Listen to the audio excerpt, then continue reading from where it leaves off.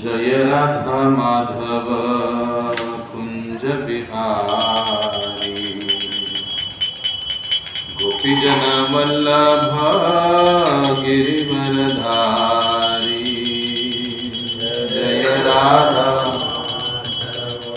कुंज बिहारी गोपीजन वल्लभ गिरिवरधारी। जय राधा माधव कुंज बिहारी गोपीजन वल्लभ गिरिवरधारी।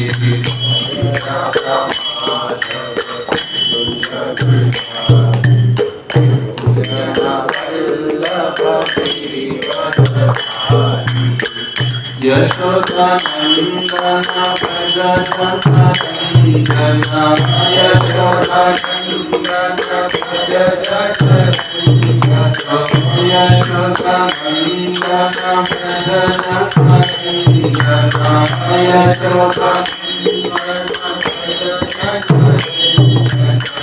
यमुना तीरवनचारी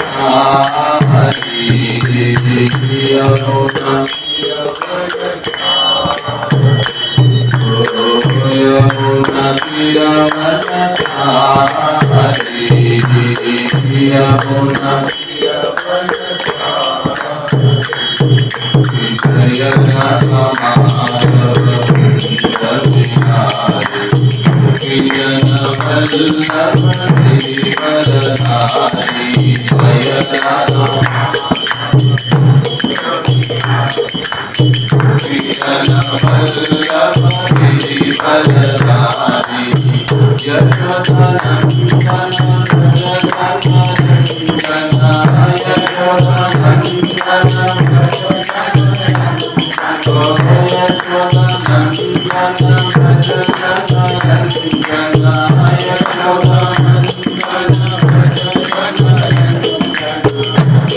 यमुना तीरवनचारी यमुना यमुना तीरवनचारी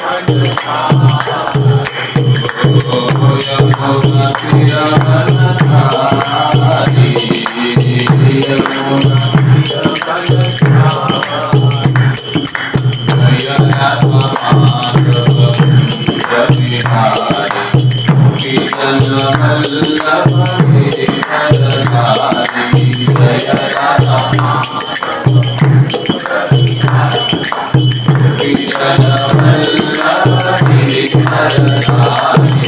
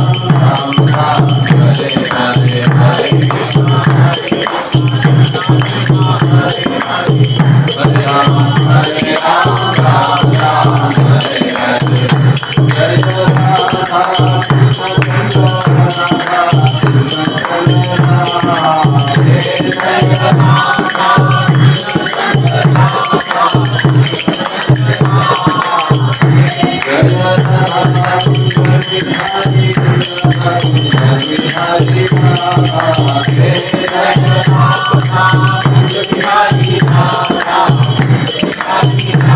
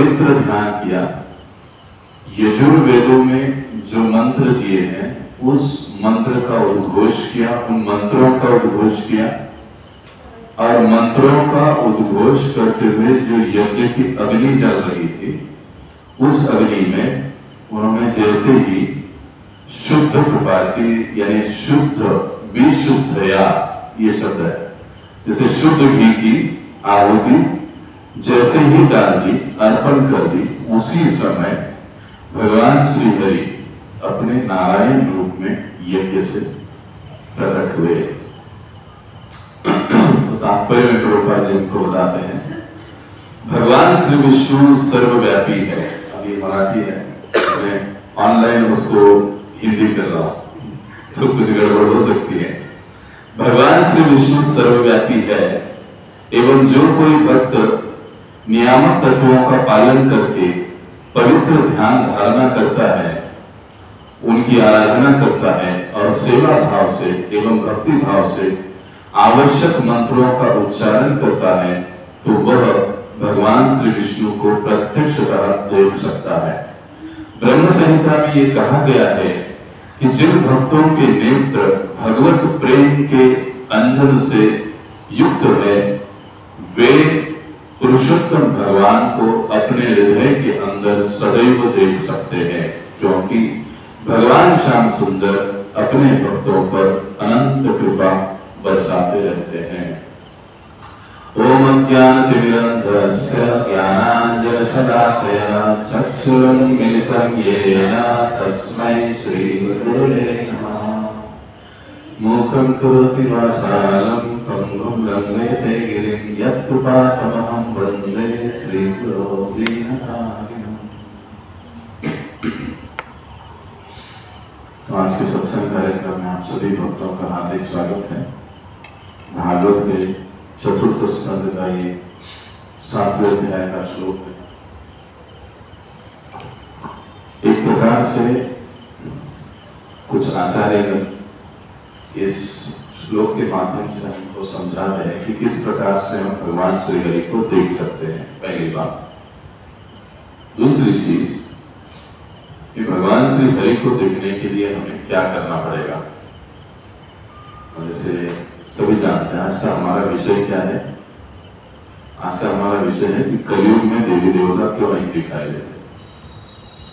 तो कई बार हम भगवान के बारे में भी प्रश्न पूछते हैं कि भगवान क्यों नहीं दिखाई देते, भगवान दिखाओ तो मैं मानूंगा। तो देखा जाए तो दोनों विषय एक ही है। पहले हम देवी देवताओं के बारे में समझने की कोशिश करें। तो इस श्लोक में इससे पहले ये प्रसंग चल रहा है। इस श्लोक के बाद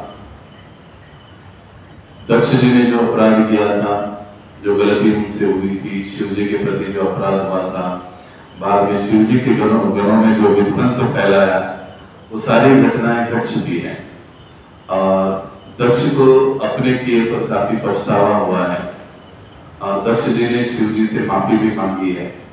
आगे चलकर वो शिव जी का गुणगान भी करते हैं। फिर भगवान श्री हरि प्रकट हुए हैं तो भगवान श्री हरि की स्तुति भी करेंगे। अगले श्लोक में ये सारा आएगा।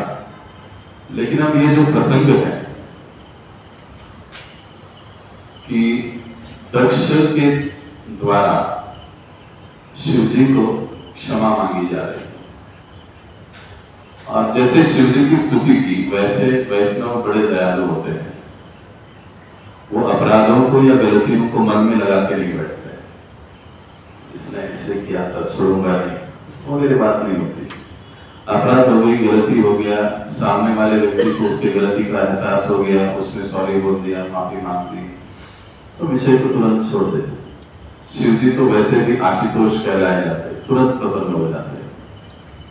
तो इतना बड़ा काम तो वैसे भी दक्ष कर चुके थे, लेकिन इसके बावजूद भी शिव जी आखिर दामाद ही थे तो प्रसन्न हो गए शिव जी और शिव जी ने उनको माफ कर दिया। लेकिन अब यहाँ पर जिस यज्ञ की बात की जा रही है, हम इस कथा के प्रसंग में देखें कि जो दक्ष ने यज्ञ आरंभ करवाया था, उस यज्ञ को शिव जी के सारे गण नंदी आदि उन्होंने विध्वंस कर दिया था, अपवित्र कर दिया, जिसके कारण सारा यज्ञ मंडप यज्ञशाला भी अपवित्र हो चुकी थी, सारा इधर उधर पड़ा हुआ था, कोई मरा हुआ, कोई कटा हुआ, किसी का खून, किसी का क्या, किसी की हड्डियां, ऐसी पूरी यज्ञशाला, यज्ञ मंडप पूरी तरह से अपवित्र। अब वहां पर पुनः पवित्रता स्थापन करने के लिए दक्ष को और एक यज्ञ करना पड़ा, और ये उस यज्ञ की बात यहां पर चल रही। तो जब वो यज्ञ दक्ष जी ने किया और यज्ञ यजुर्वेद के अनुसार चला जैसे, और उस मंत्रों का उच्चारण हुआ और यज्ञ का जैसे समापन हुआ और आखिरी घी की आहुति जब डाली, तभी वहां से भगवान नारायण प्रकट हुए।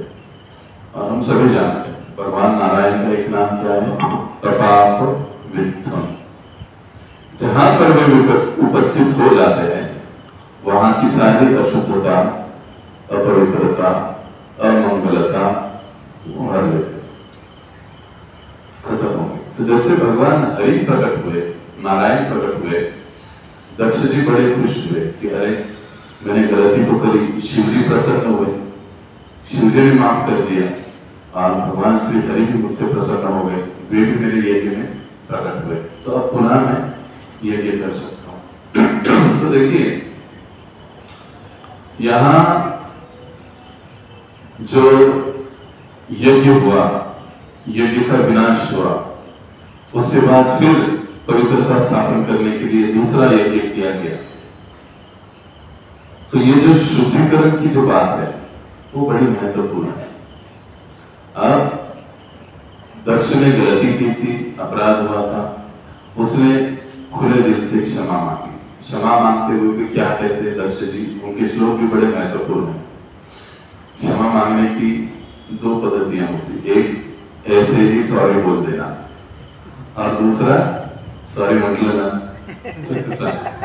दूसरा हृदय से और दिल से क्षमा मांगना। कि वो क्षमा मांगते समय पश्चाताप प्रकट होता है वाणी से, उसको असली क्षमा मांगना, असली पश्चाताप कहते हैं।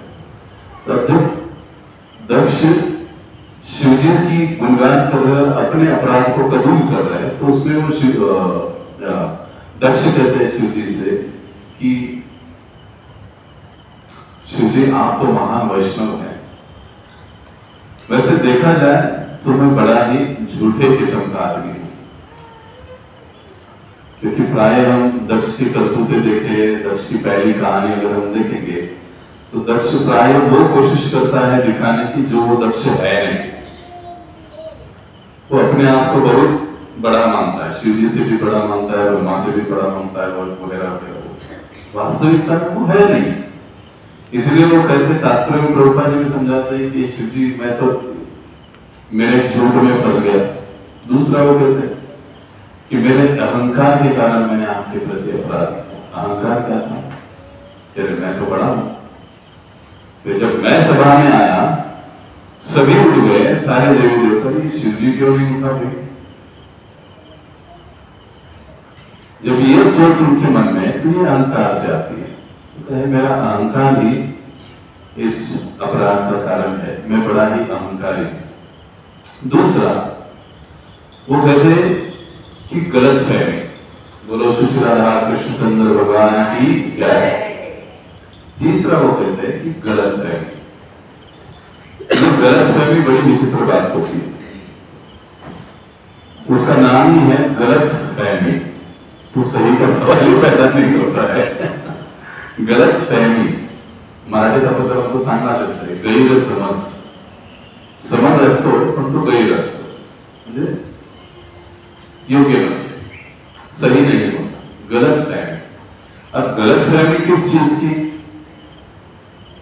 गलत फहमी इस चीज की कि दक्ष ये सोचते हैं कि इतने बड़े यज्ञ का मैं आयोजन किया हूं, सारे देवी देवता मेरे यज्ञ के लिए उपस्थित हुए हैं, और इसमें शिवजी को आने की जरूरत नहीं है, क्योंकि शिवजी जो है वो अशुद्ध अवस्था में रहते हैं, अपवित्र अवस्था में रहते हैं, इस यज्ञ में आने की योग्यता नहीं रखते हैं। ये उसकी सोच है। लेकिन देखा जाए तो शिव शब्द का मतलब ही क्या है? पवित्र या मंगल।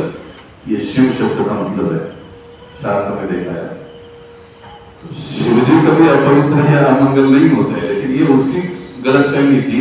इसी गलतफहमी के कारण वो शिव जी को कम आंकते थे और वो अपराध हुआ।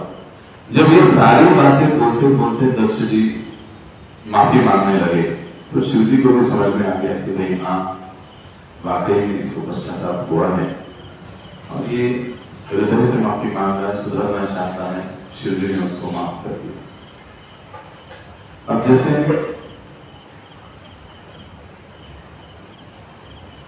यज्ञशाला नष्ट हो गई, शिव जी का अपमान हो गया, वैष्णव अपराध हो गया, इतनी सारी बातें हो गई। अब उसमें ये जो शुद्धिकरण के लिए यज्ञ की स्थापना फिर से हुई या यज्ञ करने की बात जब हुई, तो जब शुद्धिकरण की बात आती है तो प्रभुपाद जी अगले कुछ श्लोकों के तात्पर्य में बताते हैं। तो वास्तविक शुद्धिकरण किसको कहा जाता है? अब ये यज्ञ चालू हुआ यज्ञशाला को पवित्र करने के लिए। एक चीज बाह्य वातावरण पवित्र करना, लेकिन अब दूसरी अपवित्रता थी लक्ष्य के हृदय में, वो भी तो साफ होनी जरूरी है। तो वो तो पश्चाताप व्यक्त करके वो पहले ही स्वच्छ कर रहा था। तो हमारे भक्तिविनोद ठाकुर जी समझाते हैं कि दक्ष ने पश्चाताप व्यक्त करते हुए अपनी आंतरिक शुद्धता संभाल ली और यज्ञ करके यज्ञशाला की बाहरी शुद्धता को उन्होंने ठीक कर दिया। कि आध्यात्मिक जीवन में दोनों चीजें बड़ी महत्वपूर्ण होती है, एक तो अंदर की शुद्धता और बाहर की शुद्धता। कई बार बाहर की शुद्धता से अंदर की शुद्धता, हृदय की शुद्धता को काफी जोर दिया जाता है, क्योंकि वो दिखाई नहीं देती तो स्वच्छता करे कैसे? ईर्ष्या दिखाई नहीं देती, द्वेष दिखाई नहीं देता, गुस्सा दिखाई नहीं देता, वो प्रकट होता है सामने आता है। उसकी स्वच्छता करना, सफाई करना बड़ा मुश्किल हो जाता है। लेकिन ऐसी अवस्था में आंतरिक शुद्धता और बाहर की शुद्धता दोनों ही मायने रखती है। जब हम आंतरिक शुद्धता की ओर से प्रयास करते हैं, उसके लिए हम लोग प्रयास करते हैं, तो फिर हम लोग आध्यात्मिक जीवन में कृष्ण भावना में, कृष्ण भावनामृत में आगे बढ़ते हैं। उसी प्रकार से बाहर का वातावरण भी शुद्ध पवित्र होना जरूरी होता है। अगर बाहर का वातावरण शुद्ध पवित्र नहीं है तो फिर हम लोग भक्ति नहीं कर पाएंगे। इसलिए हमारे आसपास का वातावरण भक्तों के समूहों में बनाए रखना, शुद्ध बनाए रखना, पवित्र बनाए रखना, राग द्वेष से मुक्त रहना, इसकी उतनी ही जरूरत होती है। जब ये चीजें बाहरी वातावरण, अंदर का वातावरण स्वच्छ होता है, तब भक्ति बड़े ही सुंदरता से की जाती है, की जा सकती है। और जब ऐसी अवस्था होती है, तब ऐसी स्थिति में आंतरिक और बाहर का शुद्धिकरण जब अच्छे से होता है, तो भगवान श्री हरि प्रकट होते हैं। अदरवाइज भगवान श्री नारायण वहां पर क्यों आए? उस यज्ञ के जैसे वर्णन आता है श्लोक में, अंतिम जैसी आहुति डाले भगवान नारायण प्रसन्न हुए। दो बातें उसके पीछे थी, एक तो दक्ष का आंतरिक शुद्धिकरण, दूसरा बाहरी शुद्धिकरण।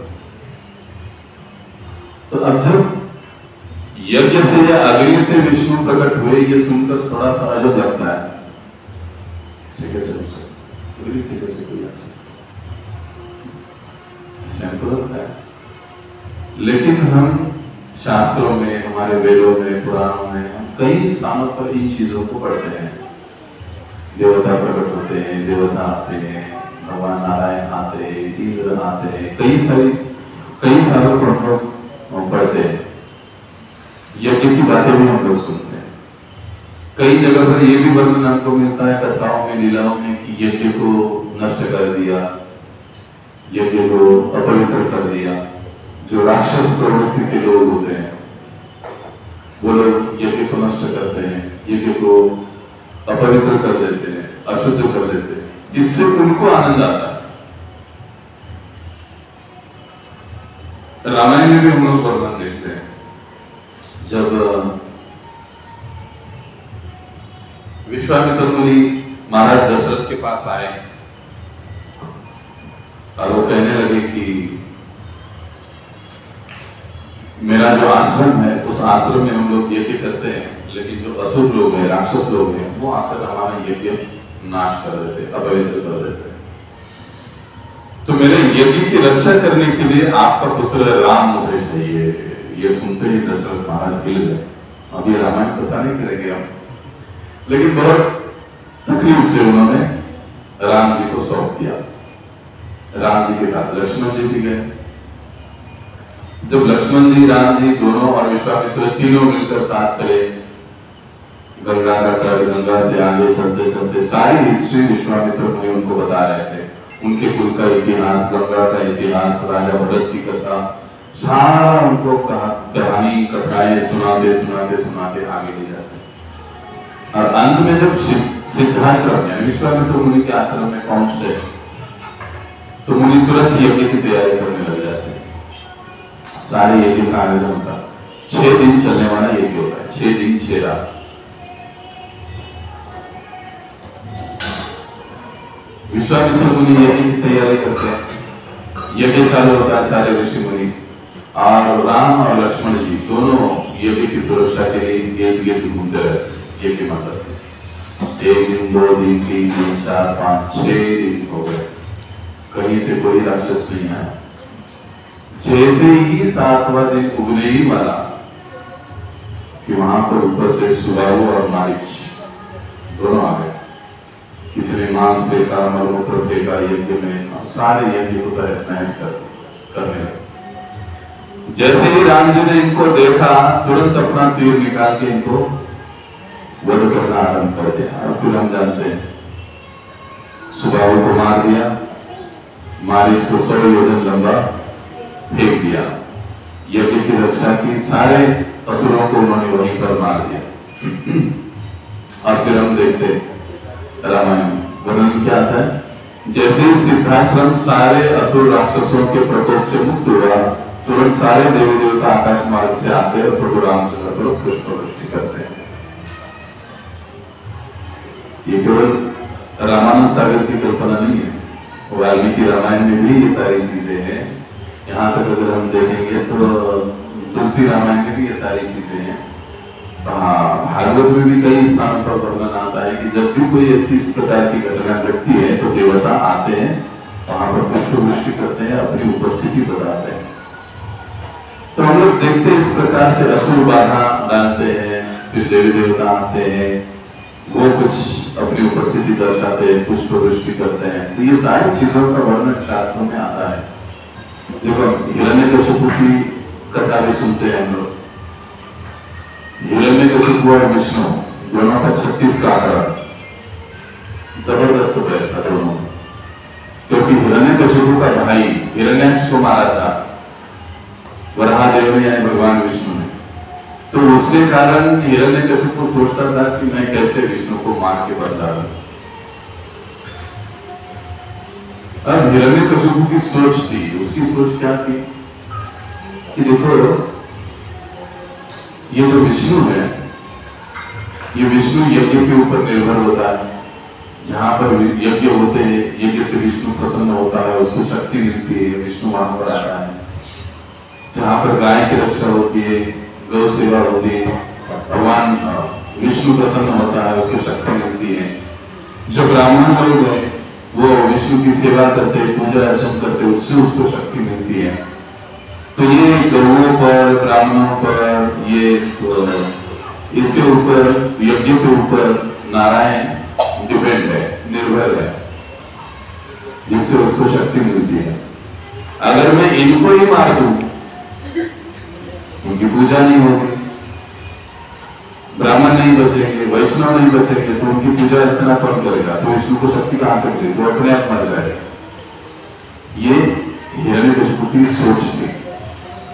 और हम देखते हैं इसी सोच को लेकर उसने कितने मंदिरों को तोड़ा, विग्रहों को नुकसान पहुंचाया, कितने ब्राह्मण ऋषियों को मारा, जेल में डाला, बहुत सारा उत्पात उसने मचाया। इसी सोच के कारण कि मैं ये सब करूंगा तो विष्णु अपने आप मर जाएगा। लेकिन हिरण्यकशिपु ये नहीं जानता था कि भगवान विष्णु ये बाकी देवी देवताओं के जैसे नहीं है यज्ञ पर निर्भर रहने वाले। भगवान विष्णु यज्ञ पर निर्भर नहीं है, जैसे जो बाकी सभी देवी देवता हैं वो यज्ञ पर निर्भर होते हैं। यज्ञ का फल भाग उनके लिए होता है। हर यज्ञ का एक भाग किसी विशिष्ट देवताओं के लिए होता है और उस भाग्य के कारण वो देवता प्रसन्न भी होते हैं और उन देवताओं को शक्ति भी मिलती है और प्रसन्न होने के कारण यज्ञ करने वाले अपने आराधक को वो कुछ ना कुछ तो देते भी। इसी को भागवत में कहा गया है भावयंत परस्परम भावयंत प्रसन्नति। दोनों आपस में व्यवहार करते हैं, भक्त और देवता। तो भक्त तो नहीं कहा जाता, आराधक या उपासक और देवता। जैसे मेरे जैसा आराधक या उपासक कहता है कि हे गणेश जी, जब मेरी परीक्षा आ रही है मुझे पास करवा, मैं 21 नारियल का तोरण लगा दूंगा। भावयंत परस्परम, दोनों का आपसी व्यवहार चलते रहता है। तो 21 नारियल से देवता प्रसन्न होता है, फिर उसको फल मिलता है। लेकिन भगवान विष्णु का ऐसे नहीं है, क्योंकि भगवान विष्णु आत्माराम कहा जाता है। उनके पास सब कुछ है, वो हमारे 21 नारियल के लिए एक प्लेट के लिए बैठे नहीं।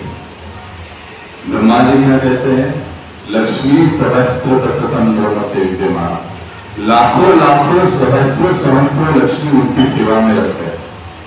एक लक्ष्मी को पीछे लाने के लिए हम लोग क्या क्या करते हैं, लक्ष्मी पूजन करते, 4 गुरुवार करते और न जाने क्या क्या करते एक लक्ष्मी को लाने के लिए। लेकिन नारायण के पास ब्रह्मा जी कहते हैं लक्ष्मी सहस्त्र शतसंभ्रम से विद्यमान, हजारों हजारों सैकड़ों सैकड़ों लाखों लाखों लक्ष्मियां वेटिंग में है, कब मुझे सेवा मिलेगी। तो ऐसे भगवान नारायण किसी यज्ञ पर या यज्ञ के भाग पर निर्भर नहीं होते हैं। कि देवता दल जो होते हैं वो यज्ञ के भाग पर निर्भर होते हैं, यज्ञ पर निर्भर होते हैं। और जब उनका भाग यज्ञ का नहीं मिलता है तब वो दुखी होते हैं। और जब वो दुखी होते हैं तो फिर हमको भी कभी कभी तकलीफ देते हैं। ये देवताओं का गुण होता है। लेकिन भगवान का गुण कैसे, करोगे तो फायदा है, नहीं करोगे तो कोई प्रॉब्लम नहीं। हमारे लिए भगवान का कुछ अड़ने वाला है या रुकने वाला है ऐसी बात नहीं है। लेकिन हम भगवान की भक्ति करेंगे, कृष्ण भावना में आएंगे, कृष्ण भावना की विधिविधानों का पालन करेंगे तो फायदा हमारा है। भगवान तो उसमें कुछ लाभ नहीं है। तो जब भगवान श्री हरि यज्ञ से प्रकट हुए तो दक्ष जी सामने आ गए। दक्ष जी सामने आकर उनको प्रार्थना करने लगे। और अभी यहाँ से 1-2 श्लोक के बाद भागवत 19-20 नंबर के श्लोक से भगवान नारायण का पूर्ण वर्णन करते हैं, पूरा वर्णन करते हैं भगवान नारायण का कि वो कैसे दिखते हैं। गरुड़ पर, विशाल गरुड़ पर बैठकर आए हैं।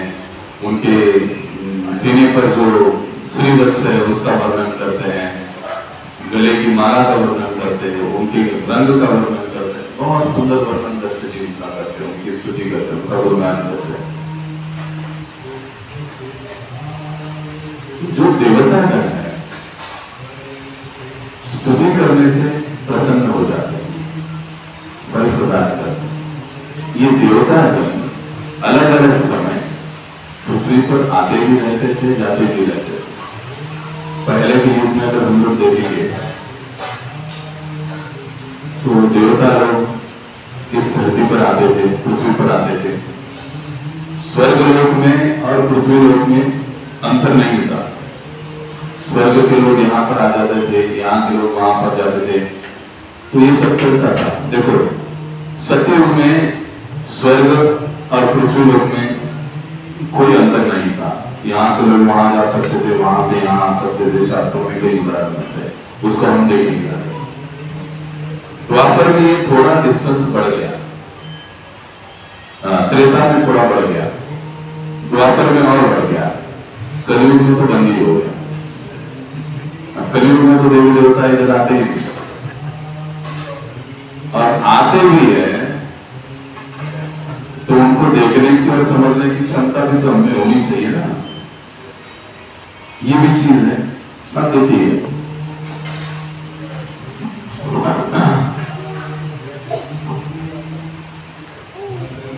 त्रेता युग में, द्वापर युग में हम देखते हैं कि अर्जुन पृथ्वी लोक से स्वर्ग लोक चले। द्वापर में हम लोग देखते हैं वहां पर वो देवताओं के साथ रहे। सतयुग के समय हम देखते हैं कि उर्वशी पृथ्वी लोक पर आती है, विश्वामित्र मुनि के साथ रहे। कई सारे देवी देवता यहाँ पर आते हैं। शिव महापुराण में भी कई सारे सतयुग की कथाएं हमको देखने के लिए मिलती है कि राजा नहुष को मनाने के लिए कई सारे देवता इंद्र आदि पृथ्वी पर आते हैं, उनके साथ रहते हैं, उनको मनाते हैं वगैरह। तो देवी देवताओं का पृथ्वी पर आना कुछ समय पहले आम बात थी, लेकिन कलयुग आते आते ये सारी चीजें बंद हो गई, उनका आना जाना ही बंद हो गया। क्यों? क्योंकि देवी देवताओं को देखने की, दर्शन करने का वो पुण्य और वो योग्यता कलयुग के जीवों में रही है। पहले अगर हम लोग देखेंगे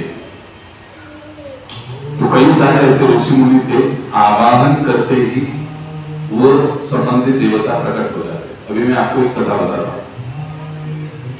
च्यवन मुनि का नाम जानते हैं? च्यवनप्राश तो जानते होंगे। तो ये जो च्यवनप्राश आजकल हम लोग खाते हैं ना, ये च्यवन मुनि ने बनाया हुआ, ये उनकी देन है। च्यवन मुनि, उससे च्यवनप्राश आ गया नाम उन्होंने बनाया। तो अब ये जो च्यवन मुनि है ये काफी सिद्ध मुनि थे, अलग अलग अपना रूप बदलने में माहिर थे, यहाँ तक कि अपनी योनि बदलने में, मनुष्य से पशु भी हो सकते थे, कुछ भी हो सकते थे, ऐसे पहुंचे हुए बस्ती थे। तो ये कथा आती है शरयाती महाराज और च्यवन मुनि। तो ये जो च्यवन मुनि है काफी वृद्ध थे और दिखने के लिए भी कोई इतने ऐसे खास नहीं थे, एकदम बढ़िया सुंदर वगैरह सब कुछ नहीं था, लेकिन सिद्धियां, इस प्रकार की शक्तियां उनके पास बहुत थी। तो एक समय उन्होंने एक कीड़े का रूप धारण किया, कीड़ा, और उस कीड़े के रूप में वो किसी एक मादा कीड़े के साथ समागम में व्यस्त थे। अब इसी समय महाराज शरयाती और उसकी पुत्री उसी जंगल में आ गए शिकार के लिए। अब शिकार करते करते थोड़ा थक गए और कुछ सैनिकों के साथ ये राजा और उनकी पुत्री पेड़ के नीचे विश्राम के लिए रुक गए। अब जहां पर ये दोनों बैठे तो उनकी जो बेटी थी, शरयाती की बेटी, उसने देखा इन दो कीड़ों को। तुरंत उसने क्या किया, मजाक मजाक में, जैसे हम लोग भी कई बार करते हैं, चींटी वगैरह देखने, एक कांटा उठा लिया पेड़ का और एक कीड़े के पेट में घुसेड़ दिया। अब जैसे ये कांटा घुसेड़ दिया, अब ये तो कीड़े कोई साधारण नहीं थे। च्यवन मुनि की बात समझ में आ गई, लेकिन गड़बड़ ऐसी हो गई, जैसे ही ये कांटा उनके पेट में घुसा दिया, सभी के पेट एकदम फूल गए, जिसको हम कॉन्स्टिपेशन कहते हैं, मल मूत्र बंद। सभी के पेट यकायक फूलने लगे। अब सब परेशान हो गए, ये क्या बात हुई, ये क्या होने लगा अचानक से। तो राजा ने इर्द गिर्द देखा, बहुत कुछ शोर किया, फिर समझ में आ गया कि किसी ने कुछ गलती तो नहीं की। तो उसकी बेटी ने कहा कि पापा पापा ऐसा ऐसा मैंने काम किया है। अरे जरूर फिर ये यही बात होगी, ये कुछ तो गड़बड़ी की बात। उनको पता था पास ही में यहाँ च्यवन मुनि का आश्रम है, तो सीधा वो अपनी बेटी को लेकर च्यवन मुनि के आश्रम में गए। अब कीड़े के रूप से च्यवन मुनि सीधे वहां आश्रम पहुंच गए। आश्रम पहुंचे तो च्यवन मुनि को सब समझ में आ गया कि बात क्या हो रही है, क्या हुआ। तो च्यवन मुनि के सामने राजा गया, कहने लगा कि देखो मुनिवर, हमसे गलती हो गई और मैं कहता हूं मेरे पुत्री से आप विवाह कर लो और हमको इस समस्या से बचाओ। और मुझे विश्वास है कि आपके साथ मेरी पुत्री दुखी नहीं रहेगी। तो बेचारी उस पुत्री ने अपने पिता की ओर देखा, क्या चल रहा है ये बात में, इतना बूढ़ा है ये मुनि और फिर दिखने में भी कुछ खास नहीं है, तो कैसे, लेकिन वो कुछ बोली नहीं, क्योंकि अब इतनी बड़ी समस्या है, सारे सैन्य अपने पिताजी खतरे में है, पेट फूल गया है। तो च्यवन मुनि ने कहा ठीक है, उस पुत्री को उन्होंने स्वीकार कर लिया अपने पत्नी के रूप में राजा ने, और कुछ ही क्षणों में इनका प्रॉब्लम खत्म हो गया, कॉन्स्टिपेशन जो है वो गायब हो गया। अब शरायती और सारा सैनिक वगैरह सब कुछ चले गए। लेकिन बेचारी इस पुत्री ने च्यवन मुनि की बहुत मनोभाव से सेवा की। बिल्कुल ये नहीं सोचा कि ये व्यक्ति बूढ़ा है मेरा पति, या फिर मेरा पति दिखने के लिए अच्छा नहीं है, सलमान खान जैसे नहीं, शाहरुख खान जैसे आजकल की अपेक्षा चलती है। तो बेचारी ने बहुत हृदय के साथ उसकी सेवा की। तो च्यवन मुनि सोचने लगे कि देखो मैं तो इतना उम्र में ज्यादा हूं, हजारों साल की च्यवन मुनि की उम्र थी उस समय, और मैं दिखने के लिए भी कुछ खास नहीं हूं। तो उन्होंने विचार किया कि ये जो मेरी पत्नी है ये इतना मेरा सेवा करती है, तो स्वाभाविक है पति का भी कर्तव्य है कि पत्नी की इच्छा को पूरा करे। तो सोचने लगे कि मुझे भी इनकी जो इच्छा है, जैसे स्वाभाविक हर स्त्री चाहती कि उसका पति स्वस्थ हो, अच्छा हो, दिखने में अच्छा हो, तो फिर उन्होंने ये जो चमनप्राश का तो खोज किया ही उस समय, उस कारण हुआ वो एक। दूसरा, उन्होंने तपस्या की और उनके उस तपस्या से अश्विनी कुमार प्रसन्न हुए और अश्विनी कुमार उनके समक्ष आ गए और इन अश्विनी कुमारों ने उन्हें अमृत पिला दिया। जैसे ही अमृत पिला दिया, च्यवन मुनि एकदम युवक के रूप में आ गए और उनका रूप एकदम बदल गया, एकदम सुंदर हो गए। अब इनके पत्नी को ये बात पता नहीं, ये तीनों के तीनों जाकर उसके सामने खड़े हो गए। अब क्योंकि अमृत पिया, तीनों दिखने के लिए एक जैसे हो गए। मजे की बात, अश्विनी कुमार का वर्णन और उनका चित्र अगर हम लोग देखेंगे तो दिखने के लिए बहुत ही सुंदर है। इसलिए पांडवों में जो अंतिम भाई थे नकुल और सहदेव, वो उस समय पूरे भारतवर्ष में सबसे सुंदर थे। मिस्टर वर्ल्ड, मिस वर्ल्ड चलता है ना, तो उस समय के वो मिस्टर वर्ल्ड सबसे सुंदर थे, क्योंकि वो अश्विनी कुमार के पुत्र थे। उस कथा के और हम लोग आएंगे। अब ये तीनों उनके सामने खड़े हो गए। अब परीक्षा थी उसकी पत्नी की, क्या पहचाने कैसे, ये तीनों एक जैसे दिख रहे, तीनों भी ऐसे के ऐसे ही सुंदर हैं, तीनों भी युवक अवस्था में हैं, लेकिन वो बड़ी बुद्धिमान थी। कौन तीनों? च्यवन मुनि की पत्नी। अब उसने थोड़ा सा तीनों की ओर देखा, तीनों की ओर जब देखा तो उन्होंने थोड़ा नीचे की ओर देखा तीनों को, तो उन्होंने देखा कि दो लोगों के जो चरण हैं वो जमीन को टच नहीं कर रहे, स्पर्श नहीं कर रहे।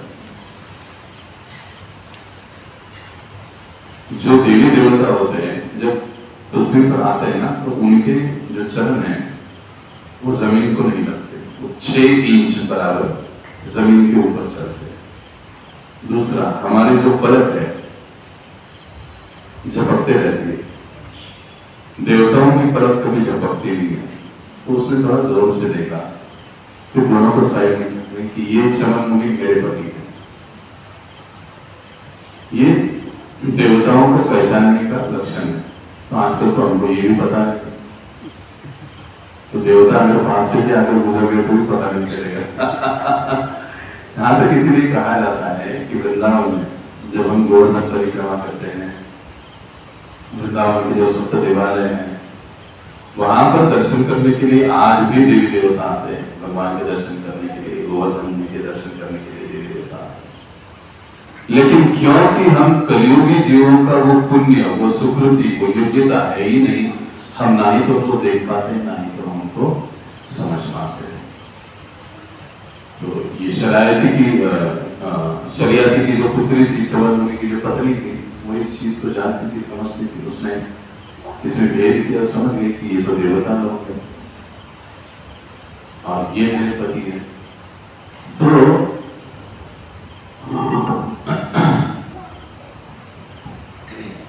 कलयुग में देवी देवता आते ही हैं, लेकिन हमको दिखाई नहीं देते, हम उनको समझ नहीं पाते, उतनी योग्यता उनको देखने की हमें नहीं। अब ये देवी देवता के बारे में, तो भगवान के बारे में क्या कहना? भगवान को देखना इतना आसान बात नहीं है। लेकिन वर्णन आता है चैतन्य चरितामृत कि कलयुग में भी देवी देवता आए। जब चैतन्य महाप्रभु प्रकट हुए, चैतन्य महाप्रभु का जन्म हुआ, तो कई सारे देवी देवता भेष बदलकर, कृष्णदास कविराज गोस्वामी वर्णन करते हैं कि भगवान को देखने के लिए आते। शिव जी आए, ब्रह्मा जी आए, कई सारे देवी देवता आए जिन्होंने भगवान का, श्री चैतन्य महाप्रभु का दर्शन करने के लिए। आप चैतन्य महाप्रभु का दर्शन करके वो बड़े प्रसन्न हो गए। दूसरी चीज, चैतन्य महाप्रभु किस लिए आए? हरिनाम का प्रचार करने के लिए आए। जब हरिनाम लिया जाता है तो हरिनाम को दूसरा क्या शब्द है? भागवत क्या कहता है? यज्ञ संकीर्तन प्राये। कलियुग का यज्ञ क्या है? संकीर्तन, नाम संकीर्तन। कलियुग का यज्ञ स्वाहा वाला नहीं है। अब स्वाहा वाला देखो, मैंने श्लोक पढ़ते हुए एक शब्द पर जोर दिया था, शुद्ध घी। कलियुग में कितनी चीजें शुद्ध मिलती है, कोई गारंटी नहीं। ब्रांड होता है शुद्ध घी, आमच्याकडे शुद्ध तूप मिळेल, गाईचं तूप, क्या होता है। लेकिन जब तक हवन में शुद्ध वस्तुएं अर्पित नहीं होती, तब तक वो हवन में यज्ञ सफल हो ही नहीं सकता। तो कलियुग में कुछ शुद्ध रहा ही नहीं, तो आप क्या यज्ञ करोगे? इसलिए कलियुग के लिए क्या बताया गया है? संकीर्तन यज्ञ। हरे कृष्णा कृष्णा कृष्णा हरे हरे, हरे राम राम राम हरे हरे। और इसलिए जन्माष्टमी के दिन हमने कहा, हम लोग 11 से 12 कीर्तन कर रहे थे, जो होता जिसमें भगवान नारद मुनि से कहते हैं, नाहम वसामि वैकुंठे योगी नाम हृदय यद भक्त यत्र गायन्ति मद्भक्त। जहां पर मेरे नाम का कीर्तन मेरे भक्त करते हैं, वहां पर मैं प्रकट होता हूँ, वहां पर मैं उपस्थित होता हूँ। अब बात वही है, उनको देखने के लिए हमारी आंतरिक शुद्धता चाहिए, उनको देखने के लिए हमारी बाहरी शुद्धता भी चाहिए।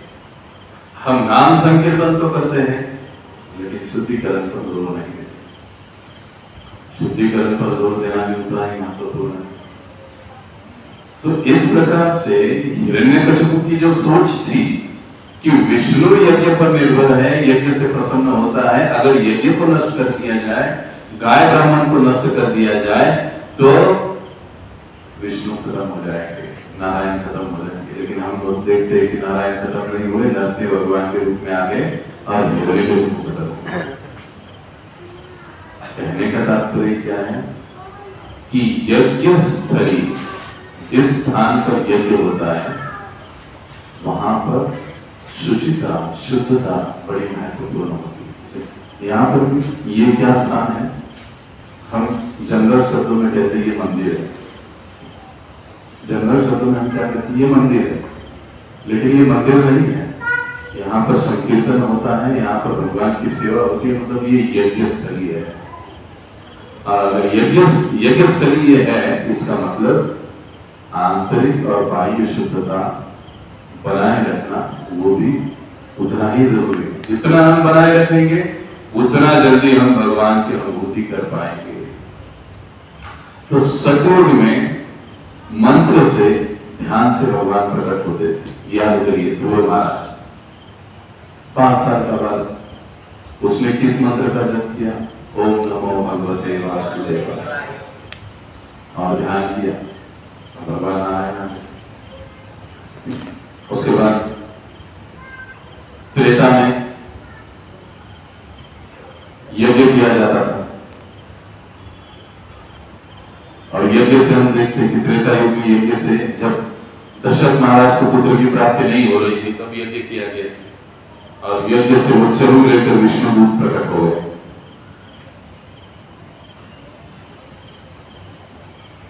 द्वापर में यज्ञ से द्रौपदी प्रकट हुई, धृष्टद्युम्न यज्ञ से प्रकट हुए।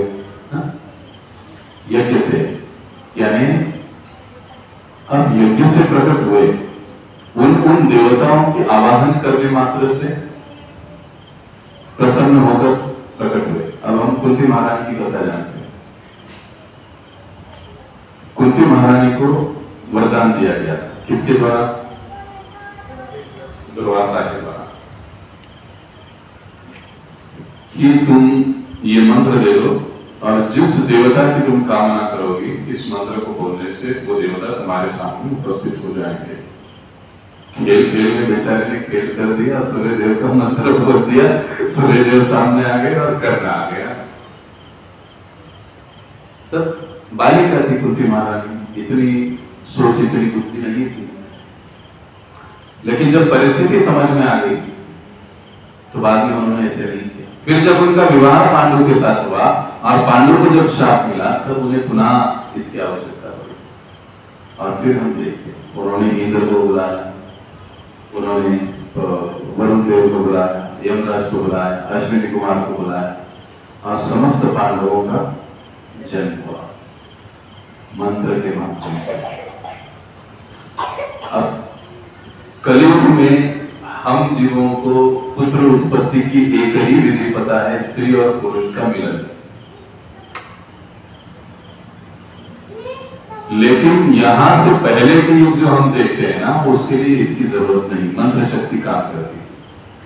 जैसे एक सिंपल उदाहरण से समझिए, एक सैनिक है, हमारे सैनिक है ना पीछे बैठे, वो भी बॉर्डर पर थे।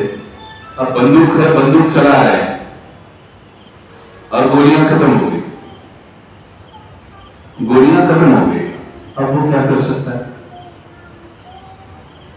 कुछ भी नहीं कर सकता, क्योंकि उसका साधन ही गोली है।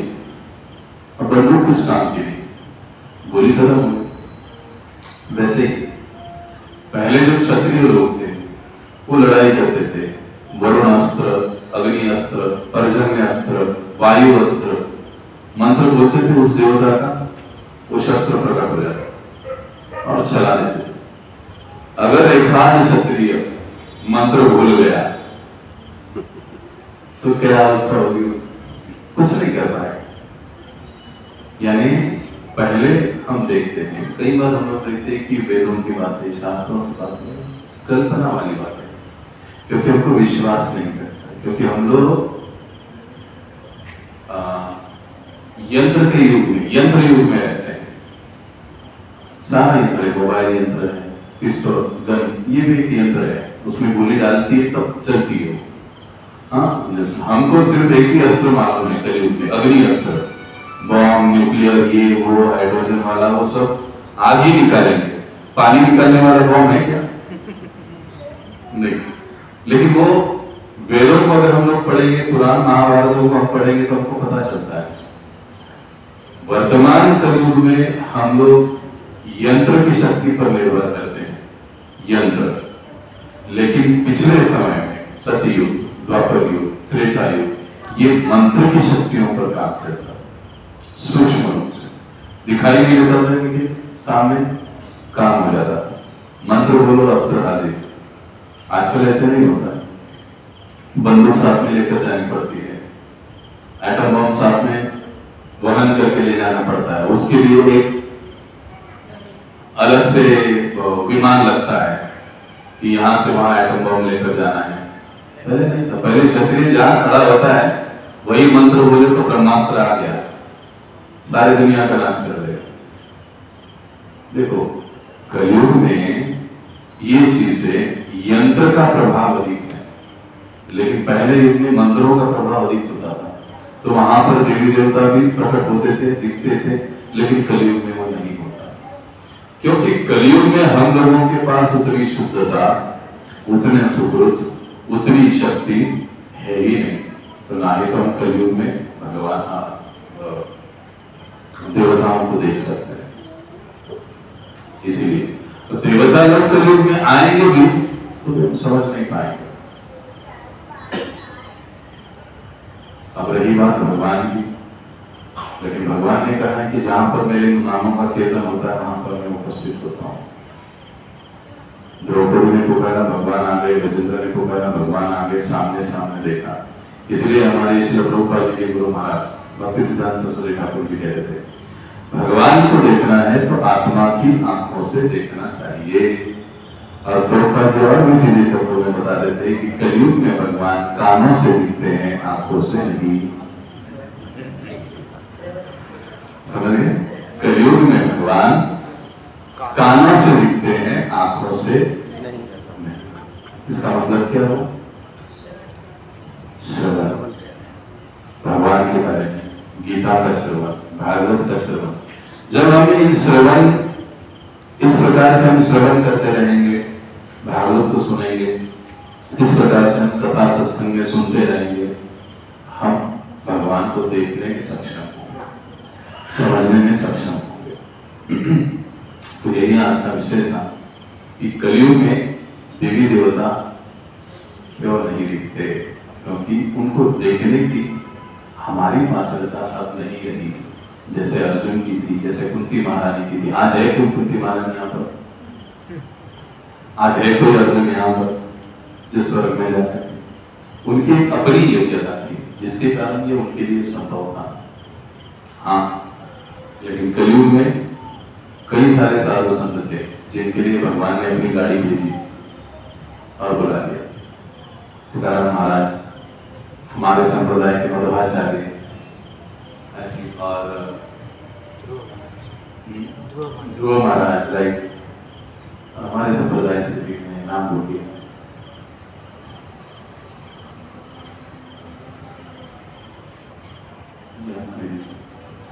जिनको साक्षात भगवान अपने धाम लेकर गए, देखते देखते से बात योग्यता की होती है। और योग्यता आती कहां से है? जब हम कलयुग के लिए जो यज्ञ बताया गया है, नाम संकीर्तन यज्ञ, नाम संकीर्तन यस्य सर्व पाप प्रणाशनम, सभी प्रकार के पाप नाम संकीर्तन से नष्ट होते हैं। जब पाप नष्ट होंगे हम शुद्ध बनेंगे, हम शुद्ध बनेंगे भगवान के साथ आदान प्रदान कर पाएंगे। तो उसका पहला रास्ता या पहली सीढ़ी क्या है? हरे कृष्णा कृष्णा कृष्णा हरे हरे, हरे राम राम राम हरे हरे। जो भी पहली बार आए हैं, जब नहीं करते हैं, उनको इस हरे कृष्ण महामंत्र का जप करना चाहिए। जैसे जैसे हम नाम संकीर्तन यज्ञ में जुड़ेंगे, हम अपने आप को योगी बनाते जाए। तो बहुत बहुत धन्यवाद। हम लोग रुकेंगे यहाँ पर। किसी कोई प्रश्न है तो आप पूछ सकते हैं।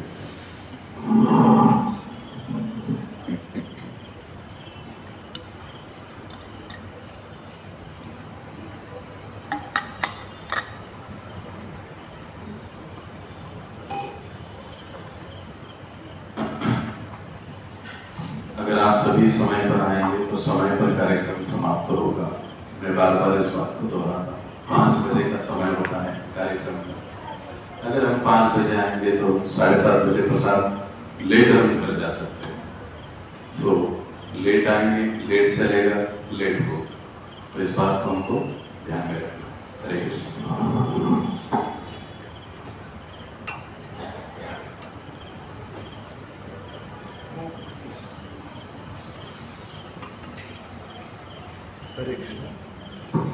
हरे कृष्ण। श्रीमान श्रीधर माधव प्रभु जी ने हमें आसान शब्दों में बताया कि कलयुग के कलयुग में देवता क्यों नहीं दिखते, मनुष्य के कर्तव्य कर्म क्या है और मनुष्य को भक्ति को कैसे बढ़ाना चाहिए, कैसे अपना जीवन यापन करना चाहिए, बहुत से पहलुओं पर उन्होंने ध्यान दिलवाया।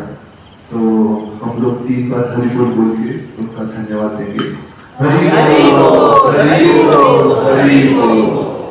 अभी आरती होगी और उसके पश्चात प्रसाद।